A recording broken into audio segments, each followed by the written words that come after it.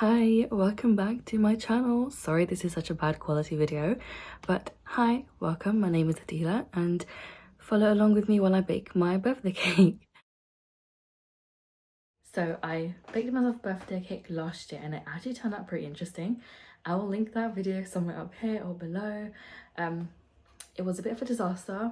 It took ages. It took a lot longer than I expected it to be. So yeah, there was that. There was a lot of mess, a lot of like mental breakdowns in between, but I kind of like learnt my lesson a little bit. So what I'm going to do instead this year is make a cake again, but the process is going to be split over 2 days. So today, Sunday, my birthday's tomorrow, but I'm going to basically just bake the actual cakes and then put them in the fridge overnight, and then tomorrow I'm going to decorate them. Last time I tried to do a lot of that stuff all in one day, including like a 3-layered cake, and it was too much and I didn't have enough ingredients. It's the first time I've like really gone in and decorated the way I did. So yeah, I'll link that video somewhere. It's a short video anyway, so I thought I'll take you guys along with me while I bake another cake for myself for this year.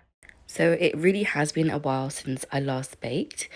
I'm gonna make like baking a cake for myself a bit of a tradition on this channel, and hopefully we will see better videos in the future and better looking cakes. Honestly, this mixer is bought or gifted to me from my parents. They got it from Lidl. I think at the time it was about between 60 to 80 pounds. I can't quite remember, but this generally makes life so much more easier. My hands cramp up really badly, so I have a really hard time with like using like a handheld mixer.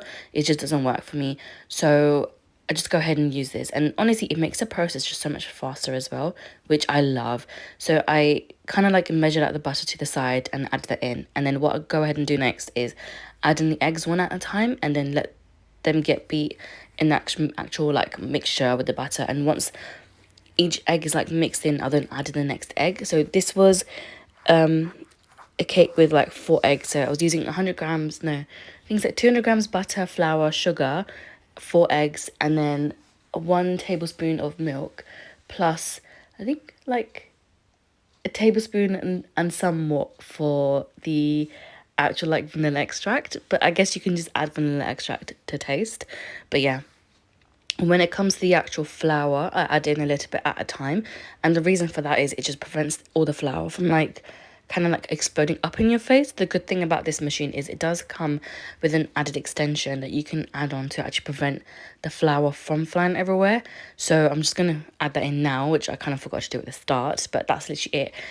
So easy, so quick, and they leave a little like a window there so you can actually just add in more flour as you go, and I love this, honestly.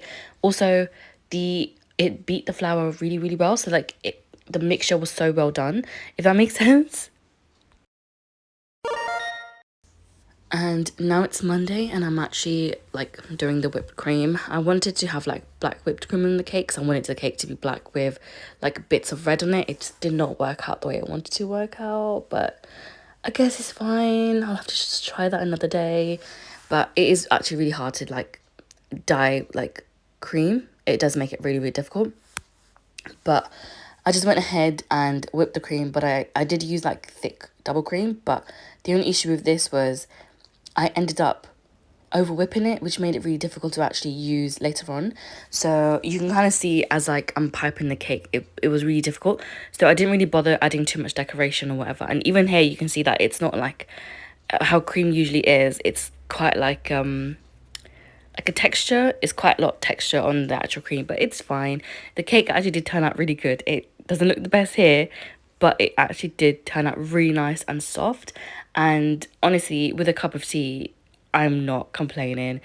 I did add like bits of like glitter on here, but then I think I added a bit too much, and the products I was using are not like the best, so it kind of like the glitter was just spattering all over the cake, if that makes sense, and it wasn't the best. But I do want to like go ahead and decorate more cakes. I think the whole like process of decorating can be really fun. It's definitely a lot easier to do the decorations with like frosting than it is to do it with cream, and it is really difficult, but it's fine. I'm gonna continue to practice.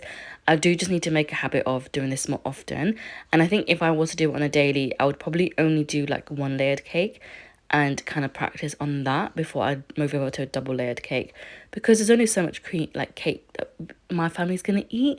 But yeah, the cake turned out nice. Everyone liked it. They all enjoyed the cake. They said it turned out really nice and soft. The cream wasn't like too sweet either. So they all really enjoyed that. So I'm really happy with the feedback that I was given. But I will just show you guys what like the cake looks like in the end. It's not great, but it's fine.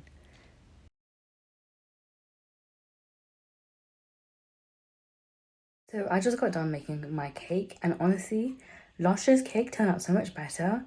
But I'm just glad this is done. Now, I don't think I want to bake another cake next year because I forget how stressful it is to bake cakes. Or what I might do is practice a little bit more before next birthday. I don't know how it's going to go again, but that was a very unaesthetic cake making video. I hope you guys enjoyed that. And I'll catch you next week for another video. Bye!